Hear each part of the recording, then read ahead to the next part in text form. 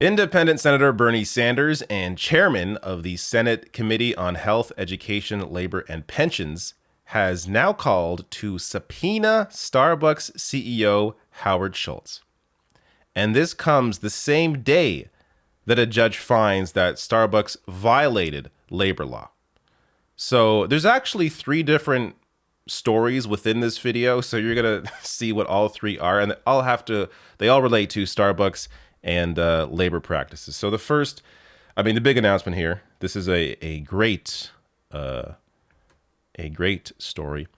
Bernie Sanders tweeting out, "Unfortunately, Howard Schultz has given us no choice but to subpoena him. A multi-billion-dollar corporation like Starbucks cannot continue to break federal labor law with impunity. The time has come to hold Starbucks and Mr. Schultz accountable." So they still have to vote on this. If it goes through, then they will subpoena him. Now, Schultz can try and, ignore the subpoena, potentially risk contempt of Congress, go through that whole process and try to avoid this altogether. Or he can just, do what he has to do. So we're going to have to see how that all plays out. Because I feel like Howard Schultz is not the kind of person who wants to, respond to questions and have to actually answer questions around how he has conducted his business, how he has run Starbucks since he has come back to the company to try and put it back on course. And in doing so, has just again and again and again violated labor law. I've covered this several times now in other videos before it was even looked at by a judge. But now it's clear that they have done that. And I'll get to that story in a second here. But on this, so Bernie goes on to say, this is his announcement of the subpoena, saying, "While Howard Schultz is a multi-billionaire who runs a very profitable multinational corporation, he must understand that he and his company are not above the law. The National Labor Relations Board has filed over 75 complaints against Starbucks for violating federal labor law, and there have been over 500 unfair labor practice charges lodged against his company. These violations include the illegal firing of more than a dozen Starbucks workers.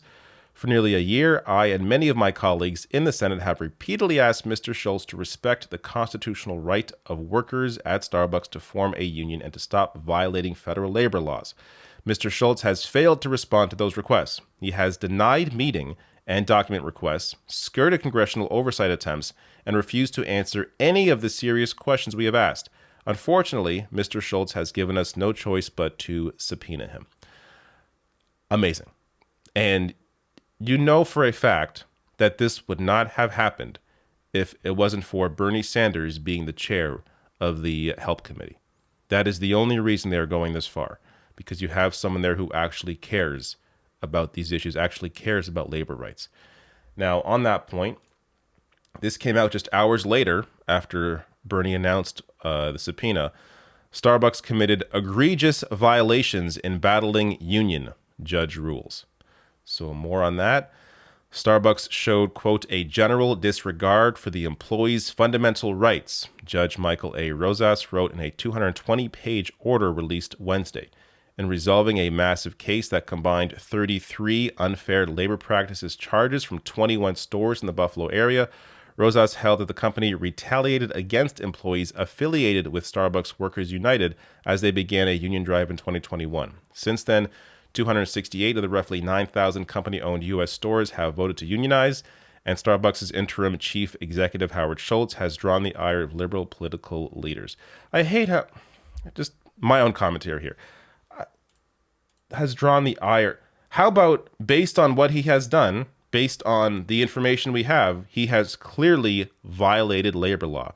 And now you have a judge also saying so. It's not just about drawing the ire of liberal political leaders. It's about what he actually did. He violated labor law again and again. And there's one video I covered. He's on tape openly discussing how they have to squash these unions. Like, that happened, I think about a year ago. So, by the way, I'll link to all my previous Starbucks videos below this video in case you want to go back and watch some of that stuff just to get you, caught up on this. But this has been out in the open, obvious. You don't have to always analyze this stuff from a certain political lens. This is just violation of labor law, violation of workers' rights, and it's good to see the judge come out on, the facts here.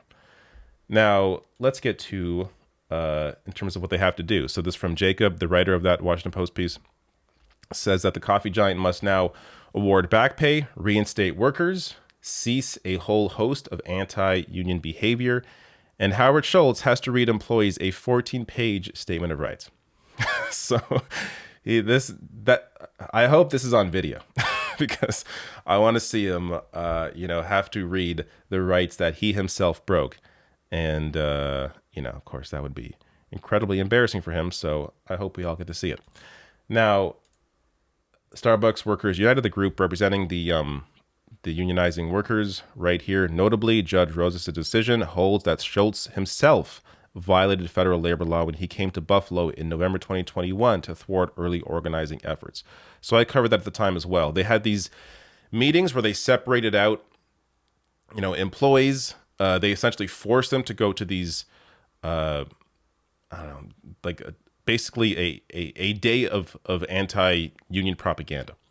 And clearly violating labor law, having the kind of pressure put on them from the person running the company there in Buffalo trying to stop these efforts. You can't do that. It was obvious at the time that he was breaking labor law. And again, it's good to see the judge come out to also say that as well. Now, this is the third story.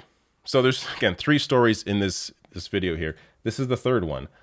Starbucks workers' dissent expands to office employees who complain of record-breaking low morale. So this also came out today. All 3 of these big Starbucks labor law stories all came out on the same day. One in the morning, one at 2 p.m., the other one from the judge at 5 p.m. So this is really good to see.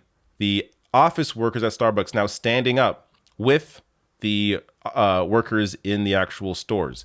So they put out a petition here saying, as Starbucks support partners, we call on Starbucks to reverse the return to office mandate and allow support teams and individuals to have a voice in setting the working conditions that make them happiest and most effective. And we call on Starbucks to commit to a policy of neutrality and respect federal labor laws by agreeing to follow fair election principles and allow store partners, whether pro or anti-union, to decide for themselves, free from fear, coercion, and intimidation. So it's really good to see this. I do wonder, would they have done this if they weren't forced to return to the office? It seems like this is kind of what sparked this and maybe allowed them to realize what was happening to workers at the actual stores. Regardless, though, I'm not going to try and impugn them now. They're doing the right thing. They're standing up with the workers at these stores here, and they're also putting their name to it. So good for them to put their name down on this as well. Starbucks Workers United responds to this saying, we can't thank these courageous support partners from Starbucks HQ enough for speaking out, calling on executives to reverse the return to office mandate and to respect the right to organize and sign the fair election principles. Awesome. I cannot wait for this subpoena. So they're going to vote on it. I really hope that Howard Schultz complies, but we're going to have to see how all that plays out.